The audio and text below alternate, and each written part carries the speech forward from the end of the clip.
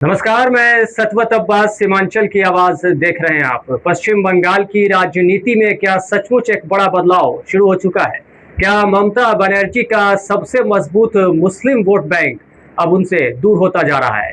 क्या बीजेपी ने पहली बार उन इलाकों में सेंध लगा दी है जिन्हें कभी टीएमसी का अभेद किला माना जाता था? फाल्टा सीट के नतीजे ने बंगाल की राजनीति में कई बड़े सवाल खड़े कर दिए हैं। बीजेपी की रिकॉर्ड जीत, टीएमसी उम्मीदवार का आखिरी वक्त पर चुनावी मैदान से हटना और मुस्लिम बहुल इलाकों में भगवा वोटों की बढ़त, इन सब ने ममता बनर्जी और तृणमूल कांग्रेस की रणनीति पर गंभीर सवाल खड़े कर दिए हैं। पश्चिम बंगाल की राजनीति लंबे समय तक एक ही फॉर्मूले पर चलती रही है। ममता बनर्जी का मजबूत कैडर, अल्पसंख्यक वोटों का ठोस समर्थन और बीजेपी के खिलाफ आक्रामक राजनीति। लेकिन अब तस्वीर बदलती नजर आ रही है। हालिया चुनावी नतीजों के बाद टीएमसी के भीतर बेचैनी साफ दिखाई दे रही है। ममता बनर्जी लगातार फेसबुक लाइव के जरिए चुनावी धांधली, बुलडोजर कार्रवाई और प्रशासनिक फैसलों पर सवाल उठाती रही हैं। लेकिन दूसरी तरफ पार्टी के अंदर ही असंतोष बढ़ता जा रहा है। बैठकों से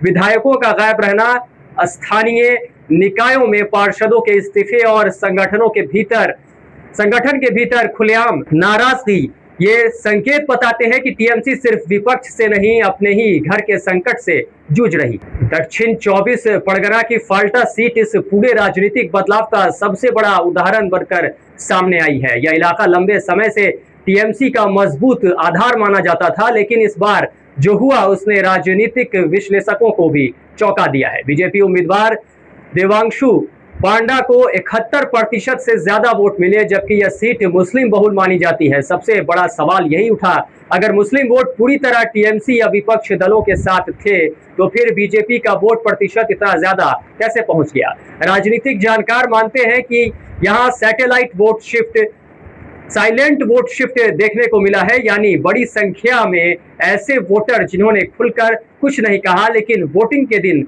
अलग फैसला लिया। फाल्टा सीट पर टीएमसी उम्मीदवार जहांगीर खान का आखिरी वक्त पर चुनावी तस्वीर से लगभग गायब हो जाना पार्टी के लिए सबसे बड़ा झटका साबित हुआ। स्थानीय कार्यकर्ताओं को साफ संदेश नहीं मिला और वोटर भ्रम में पड़ गया और बीजेपी ने उसी खाली जगह को तेजी से भर दिया। यही वजह है कि अब पहली बार अभिषेक बनर्जी की संगठन क्षमता और चुनावी रणनीति पर भी सवाल उठने लगे हैं, क्योंकि डायमंड हार्बर जैसी हाई प्रोफाइल सीट के आसपास अगर पार्टी कमजोर दिखे तो इसका असर पूरे बंगाल की राजनीति पर पड़ता है। सबसे अहम सवाल अब यही है कि क्या बंगाल का मुस्लिम वोट बैंक बदल रहा है? राजनीतिक विश्लेषकों का मानना है कि मुस्लिम समाज के भीतर युवा वोटर अब सिर्फ भावनात्मक राजनीति नहीं बल्कि विकास, रोजगार और स्थिरता जैसे मुद्दों को भी देख रहे हैं।